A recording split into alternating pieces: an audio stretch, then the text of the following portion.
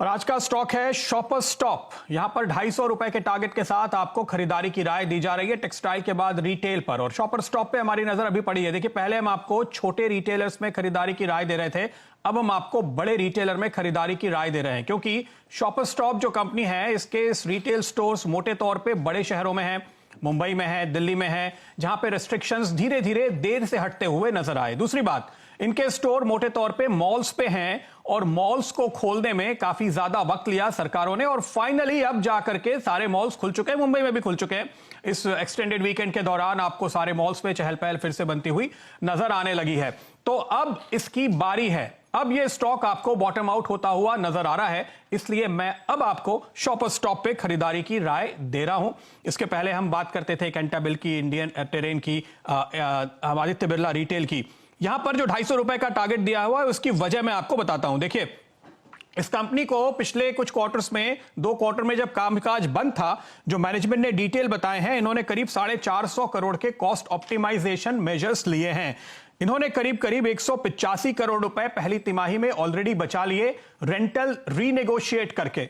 तो स्टॉक की जितनी पिटाई हुई है, दरअसल मैनेजमेंट ने बिहाइंड द सीन जो काम किया है, उसके हिसाब से आपको फाइनेंशियल्स इतने बुरे होते हुए नजर नहीं आएंगे। ये पहली बात है ध्यान में रखने वाली।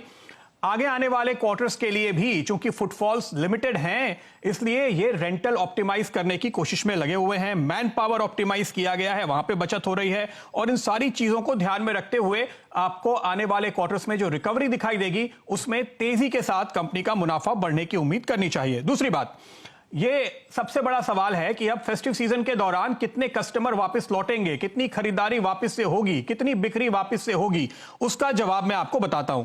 इस कंपनी के करीब करीब 70 lakh first citizen card holders हैं, जो कि लॉयल कस्टमर होते हैं, जो इनके लॉयल्टी प्रोग्राम से जुड़े हुए हैं।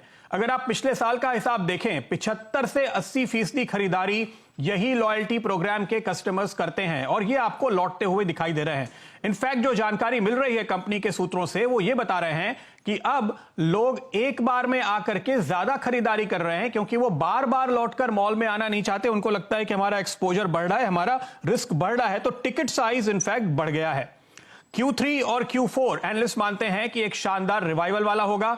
Q1 और Q2 के नतीजों को भूल जाइए, उसके साथ Q3 और Q4 का कोई लेन देन नहीं होगा।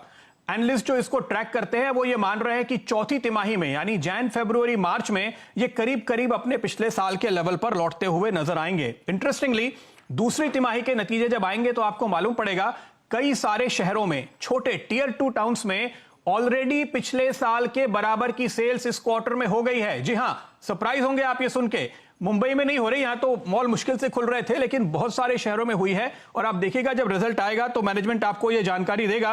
यह जानकारी हमें एनालिस्ट बता रहे हैं।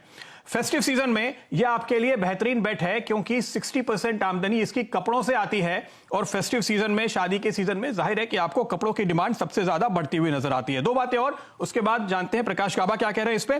देखिए, करीब 20% आमदनी इनकी ऑनलाइन कारोबार से पिछले साल में आई थी, और आप जानते हैं अमेजॉन के साथ इनका टाई अप है। दिसंबर तक यानी जल्द ही हम उम्मीद कर रहे हैं कि ये इंटीग्रेशन पूरा कर लेंगे, और उसके बाद ऑनलाइन कारोबार और तेजी से बढ़ता हुआ नजर आएगा। एक ओमनी चैनल का मॉडल जो इन्होंने तैयार किया है, और उसके बाद आपको इसमें और तेज रिस्पांस देखने को मिलेगा। अंतिम बात, प्रोमोटर्स की हिस्सेदारी है 64%, जो के रहेजा ग्रुप है। अमेजॉन की हिस्सेदारी है 5%, दूसरे इंस्टीट्यूशंस की हिस्सेदारी है 22%।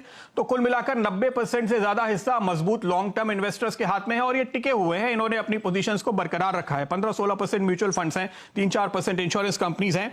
और अगर आप देखें अपने हाई से ये स्टॉक किस तरह नीचे गिरा है, इस साल का 2020 का 2020 का हाई था 447, आज है 191 पे। मेरा टारगेट तो 250 का ही है। इस साल के हाई से भी हम आपको काफी डिस्काउंट पे कंजर्वेटिव टारगेट दे रहे हैं। लाइफ हाई था 689-90 का, तो आगे आपको अपग्रेड के मौके जरूर नजर